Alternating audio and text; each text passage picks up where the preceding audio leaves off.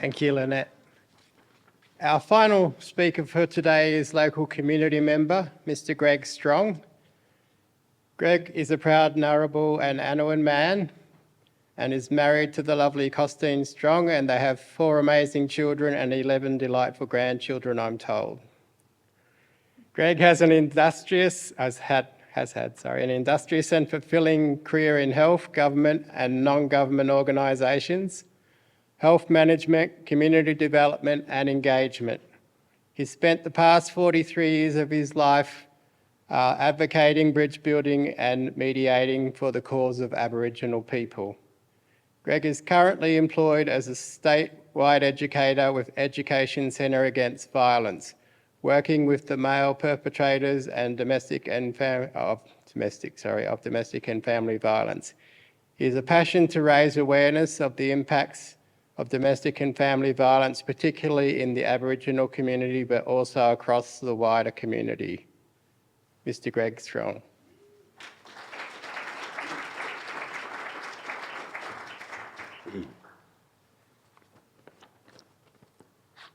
Thank you, everyone. Thanks, Uncle Cole, for your welcome this morning.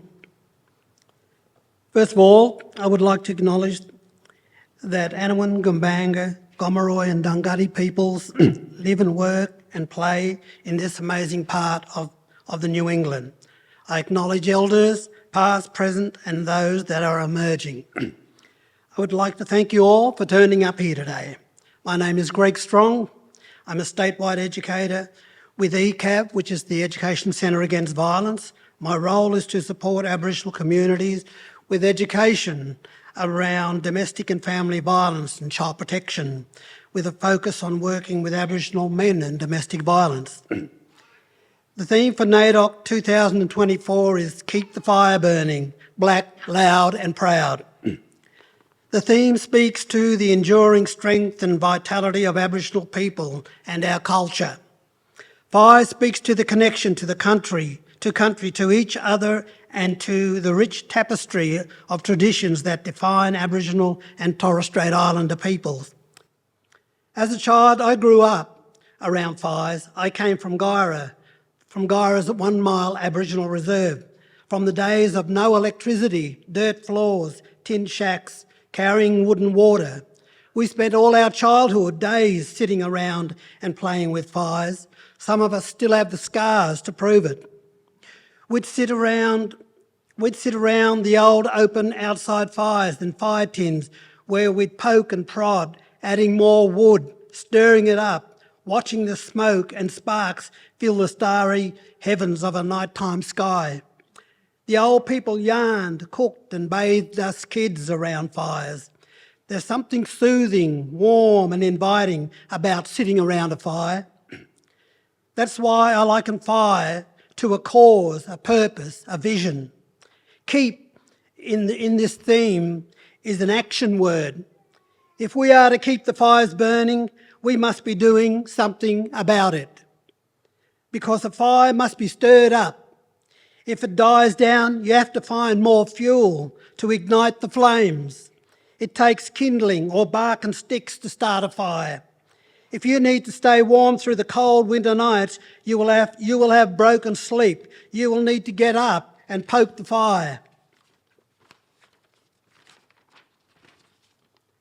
You need to ensure that there's enough wood to sustain you through the tough times. A fire requires fuel. As kids, we had to go out and get wood, sometimes a couple of kilometres away, carrying it in old potato sacks. If fire speaks of connection, we must ask ourselves, to what will we attach ourselves? If there is a cause, a vision, a purpose to connect ourselves to whom will we make connections to further foster better race relationships in our nation? What about on the New England? What about here in Armidale? What will it take to connect us as a nation? Connection, for me, is a reaching out, entwining ourselves in a common progressive purpose. I think we really are a divided nation. The referendum has really shone the light on how divided we are. Professor Marcia Langton said it best when she said, the referendum has has set reconciliation back 20 years in this country.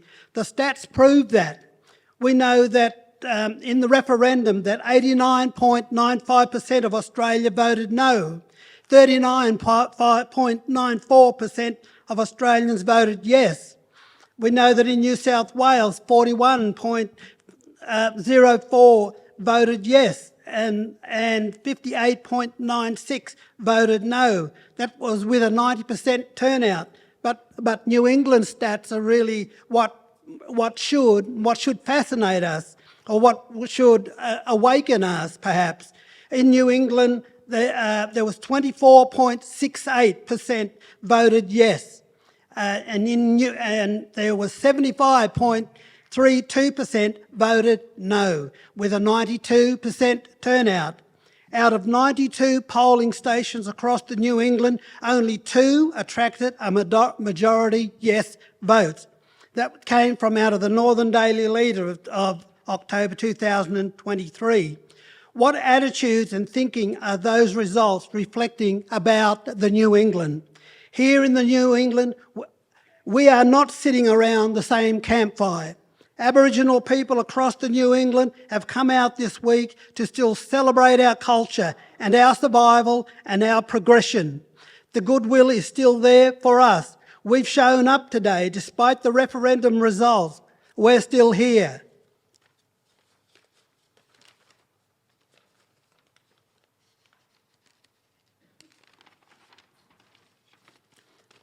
I wonder if local politicians, local councils, local businesses, Hunter New England Health, education, including this uni and local private schools, legal and justice systems, the Christian community, have a collective conscience about the marginalisation of New England's Aboriginal communities.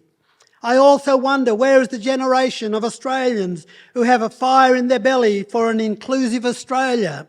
People who won't be dictated to by their peers, politics, wealth or colonial histories and systems.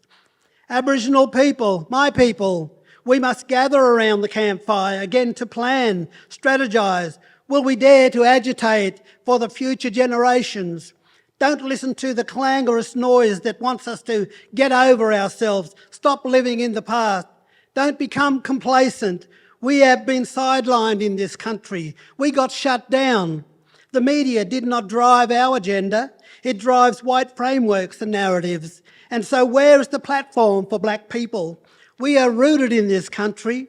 Fires have been passed down from one generation to another. They've been with us from days of old. Are you still sitting around warm ashes? Are your campfires being reduced to ashes? Are they just old memories?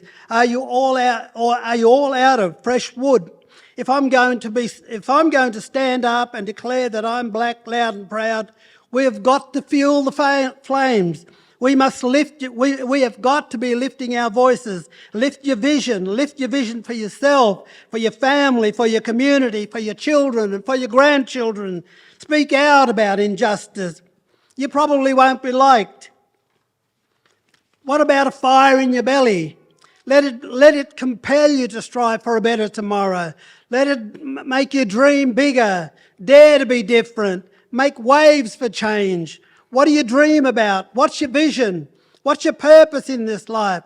Like a fire, you have to stir it up. You've got to find fuel. You've got to get around other visionaries, other people who are driven. Read books, listen to podcasts, get educated about your passions, find mentors. What I say today may not be what you came out to hear. It might make you feel uncomfortable. I cannot apologise for that. If we must continue to participate in NAIDOC Week celebrations, we cannot continue to perpetuate the false delusion that we are all sitting around the same campfire. I declare that we are not. How can we when there are so many unresolved historical, social, health, political and justice controversies that are endemic to our nation? We haven't even begun truth-telling here in the New England. I'm reminded of an old song, Keep the Home Fires Burning, that comes from the First World War. But I remember hearing my old uncles from the Second World War sing this song. But I just wanted to read out the words from the refrain. It says, keep the home fires burning while your hearts are yearning. Though your lads are far away, they dream of home. There is a silver lining through the dark cloud shining. Turn the dark cloud inside out till the boys come home. We can still get on with nation building, even with our challenges. We uphold and memorialise our Anzacs, and so we should. But where is the war mentality of our nation? Where is the war mentality of our nation today? A challenge to all. A challenge to all of us. Will you risk being labelled an agitator, troublemaker, to keep the fires of reconciliation alive? Will you even sit around the fires with me? Are you very selective about who you will sit around the fire with? Reconciliation is about strengthening relationships between Aboriginal and Torres Strait Islander peoples and non-Indigenous peoples for the benefit of all Australians. However, do we console ourselves to think the referendum was an act of reconciliation, because it wasn't. Reconciliation is the act of causing two people or groups to become friendly again after an argument or disagreement. It is the bringing together of two parties where there has been a wrong and it has to be put right. Reconciliation demands that we stoke the fires together. When we come around the campfire together, we are going to have to bring humility, forgiveness, understanding, solutions. Sure, we'll bring emotions and unresolved conflicts, but we must bring a determination, a passion, a fire in our belly, and loud, proud black and white voices to unite our nation, starting here in Armidale. Thank you.